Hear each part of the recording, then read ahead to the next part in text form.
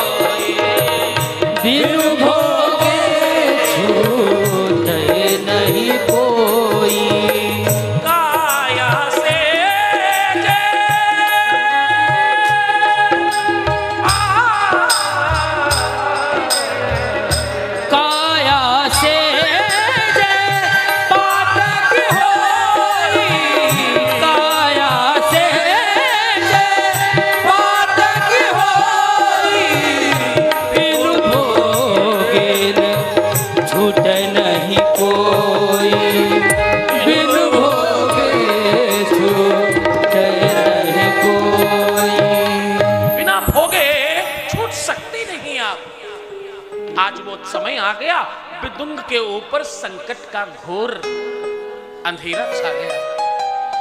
दूसरे नगर के लोगों ने युति बनाकर बिदुंग को नगर के बाहर बुलाया और पीट पीट कर मार डाला। इतना पीटा, इतना मारा कि वो मर गया। उसके शव को, उसके मरे हुए शरीर को कुएं में डाल दिया। अब ध्यान से समझना, वो लोग बड़े अभागे होते हैं जिनको अंतिम संस्कार भी नहीं मिलता। बहुत अभागे होते हैं जिनको अग्निदाह भी नहीं मिलता। भारतवर्ष में पुत्र और पुत्री को लेकर के थोड़ी संदर्भ में कुछ बातें हैं। लोग कहते हैं पूनाम नरकस्त्राणाम त्रयते सपुत्र, गलत है।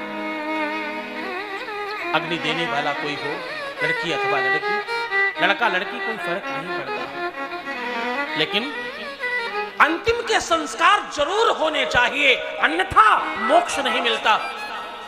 बिदुंग के साथ ऐसा ही हुआ। बिदुंग को मोक्ष नहीं मिला, बिदुंग पिशाच बनकर घूम रहा है। इस तरफ एक तरफ बिदुंग पिशाच बन गया और दूसरी तरफ इनकी धर्मपत्नी अपने पति को तलाश रही है, अपने पति को याद कर रही है, कहां है। मन ही मन विचार कर रही, यहां वहां लोगों से पूछती, हर व्यक्ति से जाते आते व्यक्ति से बार बार एक ही बात पूछती, किसी तरह से मेरे पति का पता लग जाए। कोई जाए तो कभी वापस आता है, हमेशा 2 दिन में 3 दिन में आ जाया करते थे, अब तो महीनों हो चले हैं, उनका कोई पता नहीं आया। हाँ, क्या करूं और किससे पूछूं? रोज विचार करती और रोज खाली हाथ सो जाती। आज जब रात्रि में चंचुला ने विश्राम किया तो रात्रि में स्वप्न में विदुंग नामक वो प्रेत इनके स्वप्न में आ गया। अब विदुंग का और चंचुला का संवाद हो रहा है आपस में। विदुंग कहता है, देवी मैं बहुत कष्ट में हूं, देवी मुझे बचा लो, किसी भी तरह से मेरा कल्याण कर दो, जैसे भी हो सके मुझे मोक्ष दिलवा दो।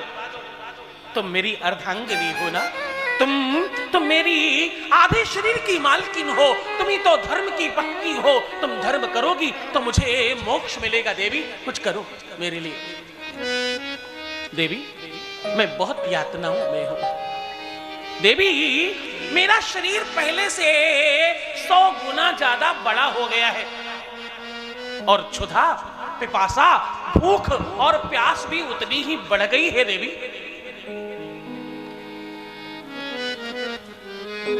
और देवी जब बहुत भूख लगती है तो जब बहुत अतिशय भूख लगे तो सुई के नोक के सहारे मुझे भोजन दिया जाता है। देवी शरीर इतना बड़ा हो गया है और मेरा मुख सुई की नोक जैसा हो गया है, उससे मुझे भोजन दिया जाता है। और देवी बहुत प्यास लगती है, जब बहुत प्यास लगे तो मेरे गले में मानो कोई अंदर से ही जलता हुआ कोयला या अंगार रख देता है और जब मुझे गर्मी लगती तो बाहर से आग जला दी जाती है। और देवी पीने के लिए मुझे दुर्गंधदायक नापदान का जो नालियां होती है, जो घर से गंदे पानी निकलते हैं, उनका जल पिलाया जाता है। देवी मुझे बचाओ, मुझे अनेकों प्रकार की यातनाएं दी जा रही हैं, मुझे बहुत सारे अनेकों प्रकार के कीड़े हैं, उन्हीं के ऊपर मुझे सुलाया जाता है।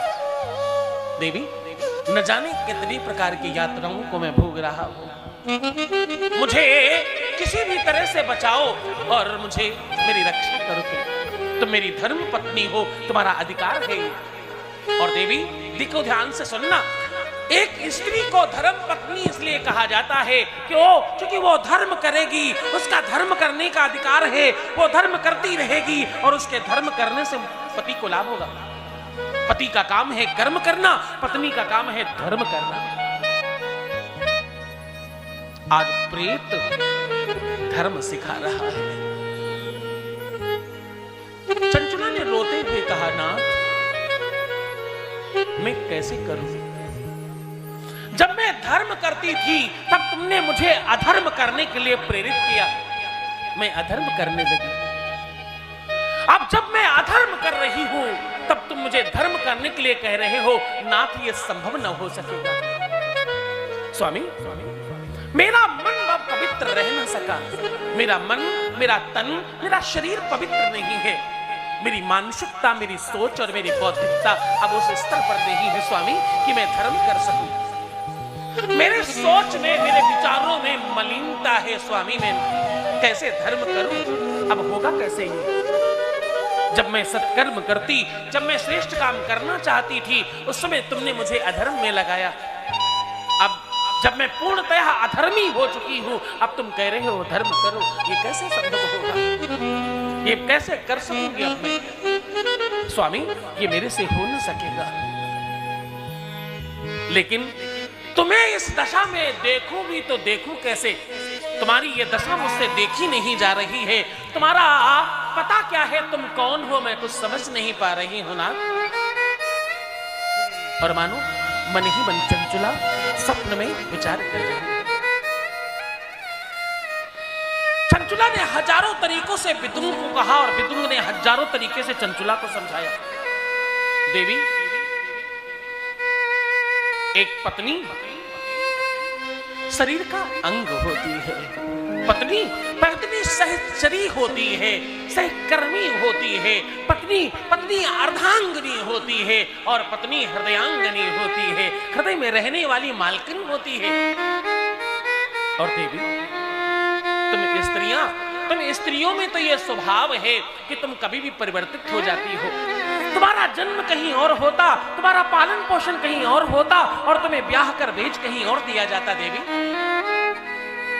देवी तुम्हें मालूम है ब्याह के समय वो जो धान परोसे जाते हैं उसका कारण यही है। धान की बेड़ बोई कहीं और जाती और रोपी कहीं और जाती उठाकर, बिल्कुल बेटी की तरह। एक जगह तुम पल पोस कर बड़ी हो जाती, एक स्वभाव में, एक व्यक्तित्व में, एक माहौल में ढल जाती, फिर उठाकर आपको दूसरी जगह ब्याह कर दिया जाता, अब वहां भी जाकर ढल जाती। देवी तुमने दुष्कर्म करना प्रारंभ किया, तुम पहले सत्कर्मी थी, तुम्हें तो केवल अपना भूतकाल याद करना है। देवी मैं तो ऐसी स्थिति में हूं कि अपना भूतकाल याद करूं तो मुझे और यातनाएं मिलती हैं। देवी मेरी मदद करो, नाना प्रकार से मुझे। देवी मैं आपको सत्य कह रहा हूं,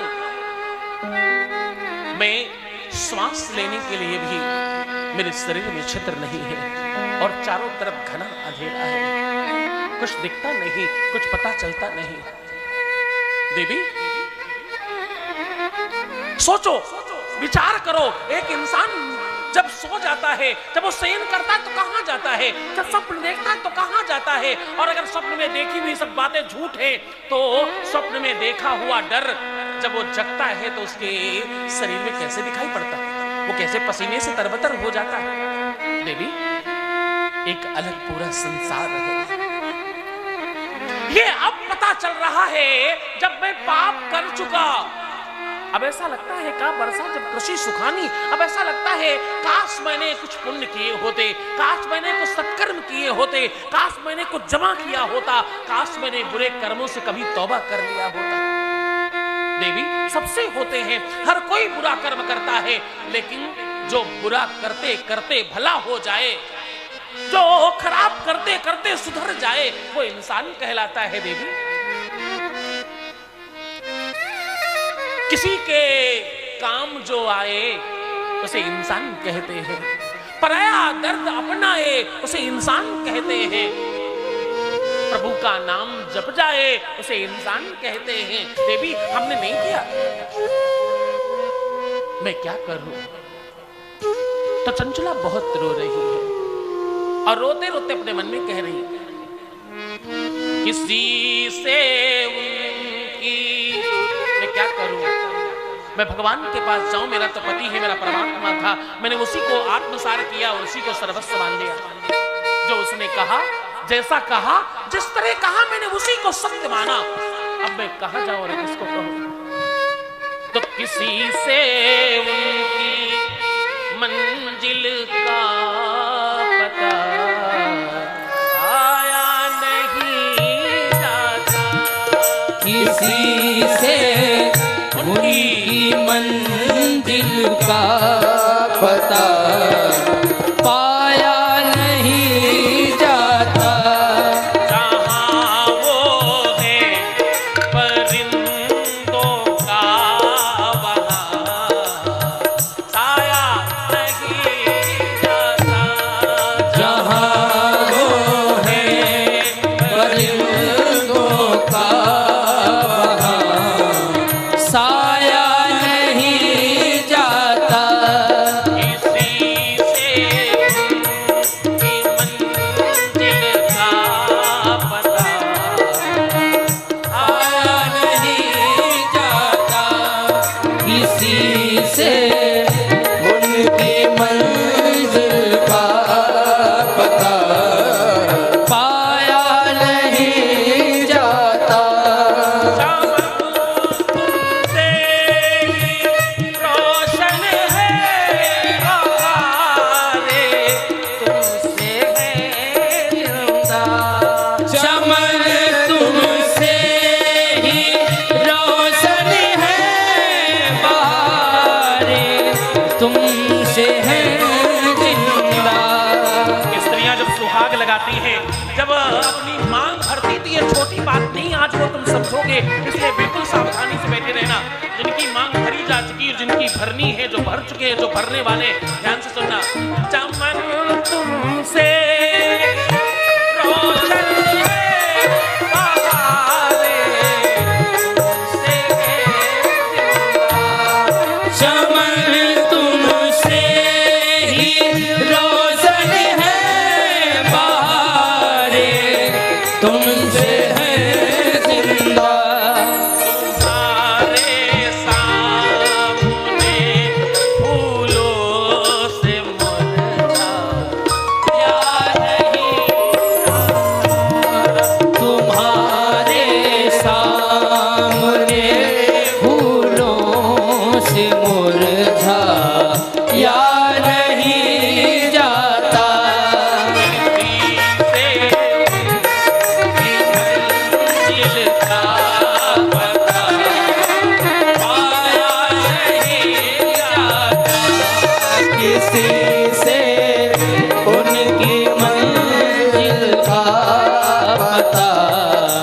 पाया नहीं जाता, किसी से उनकी मंजिल का पता पाया नहीं जाता, किसी से उनकी मंजिल का पता पाया नहीं जाता। जहाँ वो है, जहाँ वो है, जहाँ वो है परिंदों का वहाँ साया नहीं जाता। जहाँ वो है परिंदों का वहाँ साया नहीं जाता।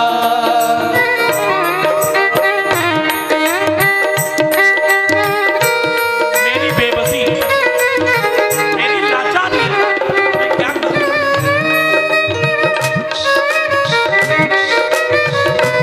मेरी तो सारी दुनिया आप थे ना, आपसे ही सब कुछ था मेरा स्वामी। अब कहाँ जाऊं और क्या करूं?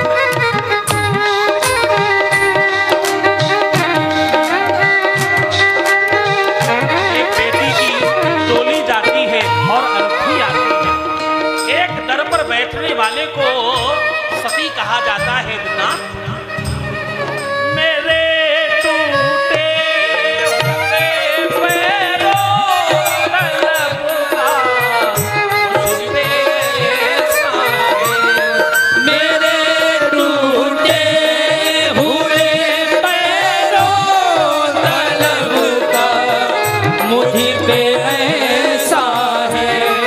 मेरे दर से अब उठ कर कहीं जा या नहीं जाता, तेरे दर से अब उठ कर लौटेगी या नहीं जाता, किसी से उनकी मंजिल का पता पाया नहीं जाता, किसी से उनकी मंजिल का पता पाया नहीं जाता, किसी से उनकी मंजिल का पता पाया नहीं जाता, किसी से उनकी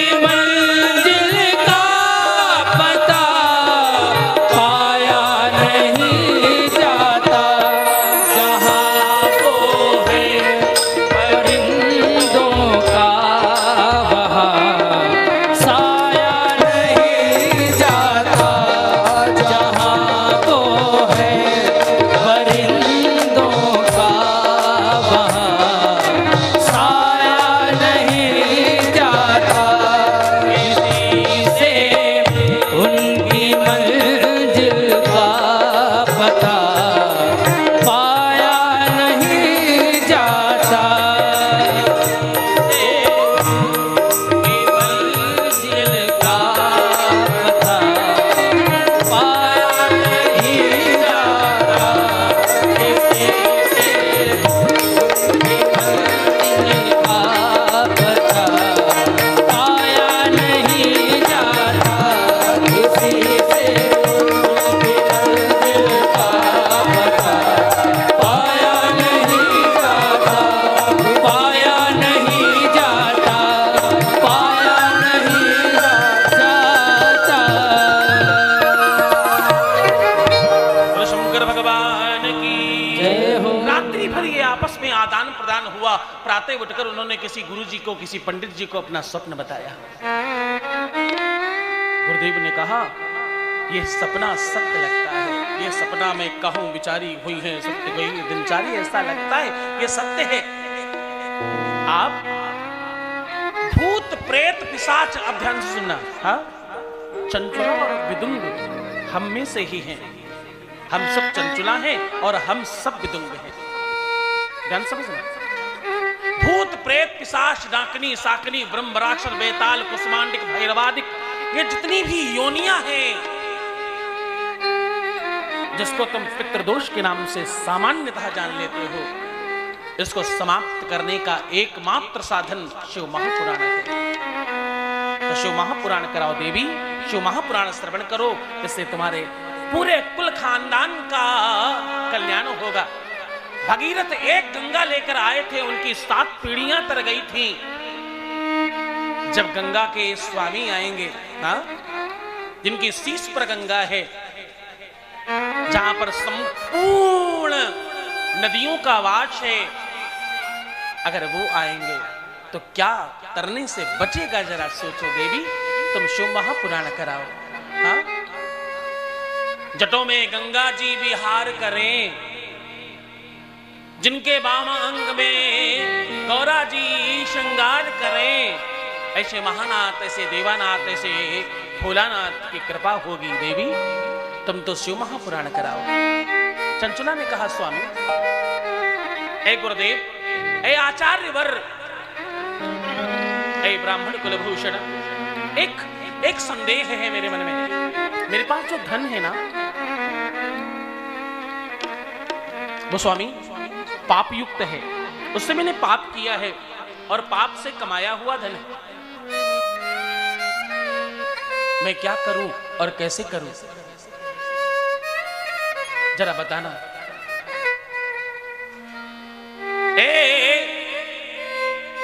ब्राह्मण कुल के श्रेष्ठ पतंग, ए भार्गव, मुझे बताओ मैं क्या करूं? मेरे पास जो धन है, जो पैसे हैं, वो पापयुक्त है।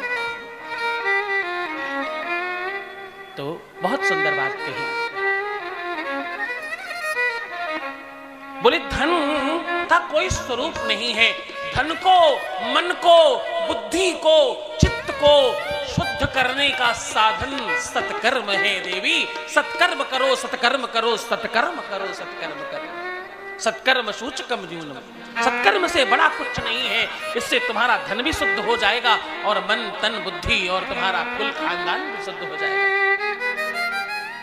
अगर तुम्हारी संतति बिगड़ रही हो, बेटा बिगड़ रहा हो, आपकी संतान बिगड़ रही हो, घर बिगड़ रहा हो, तुम्हारे घर का वातावरण बिगड़ रहा हो, तो समझना धन शुद्ध नहीं है और इसको धीरे धीरे धीरे धीरे दान में लगाओ और थोड़ा सत्कर्म में लगाओ। एक बात कहूं, तुम्हारा कोई जानने वाला तुम्हें ब्लॉक कर दे, तुमसे बात ना करे, केवल मात्र इतने भर में तुम कितने परेशान हो जाते हो, सोच कर देखो। उस समय तुम्हारे सामने ये भजन आए, ये लाइन आए, किसी से उनकी मंजिल का पता पाया नहीं जा सकता, उस समय तुम्हारे तार एकदम कनेक्ट हो जाएंगे। हाँ?